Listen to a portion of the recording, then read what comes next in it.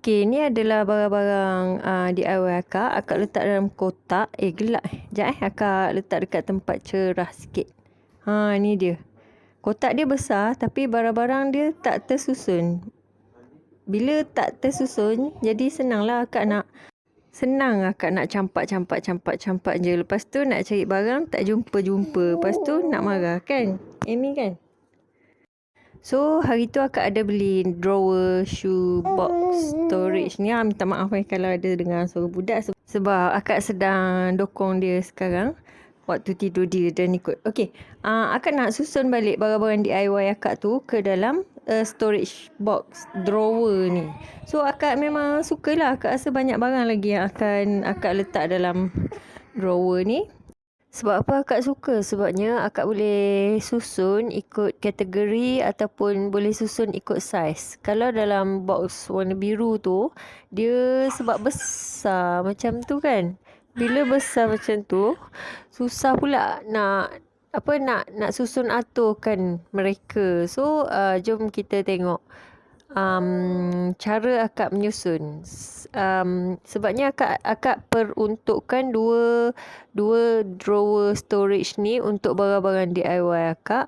Jadi yang akak nampak sekarang, barang-barang akak ni banyak yang macam berasaskan kayu dan juga macam skru macam tu.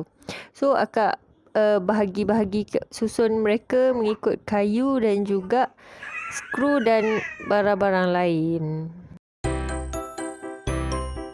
Lupa pula akak nak perkenalkan diri. So, akak adalah akak daripada channel Jom Duit. Ataupun korang boleh panggil akak Kak Ain.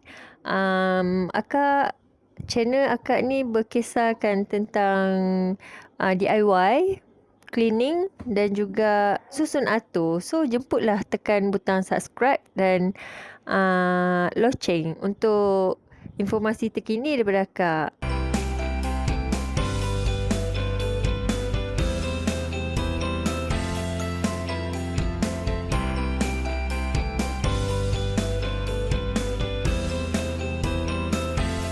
So, akan ada banyak try and error lah masa akak menyusun ni. Sebab ni first time akak nak guna drawer macam ni untuk barang-barang DIY. So, akak kena sesuaikan ikut kedudukan dan cara menyusun lah supaya lebih maksimum.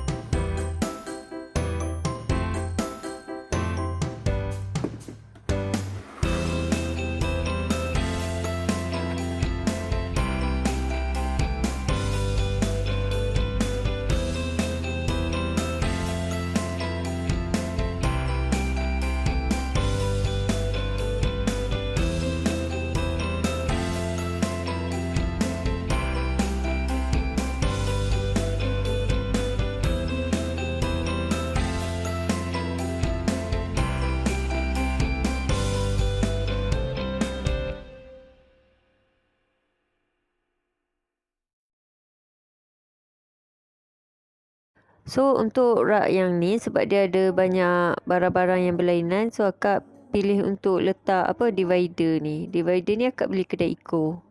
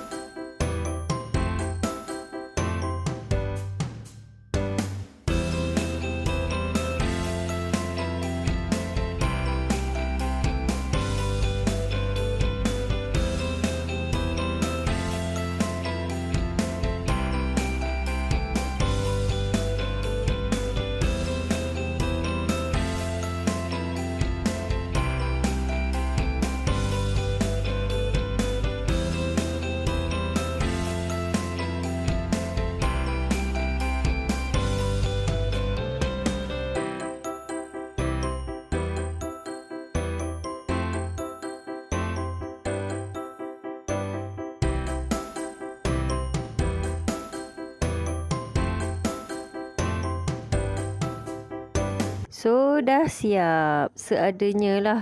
Lepas tu akak decide dekat belakang ada 2 ruang lagi tu. Yang bekas satu lagi akak letak wallpaper.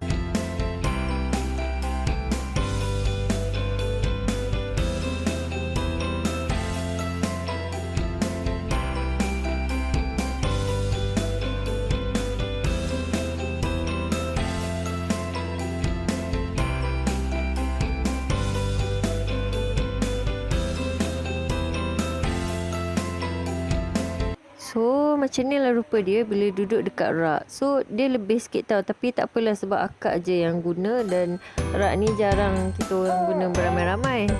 So akak puas hatilah dengan rak ni. Dan kalau nak, akak akan letak link dekat bawah.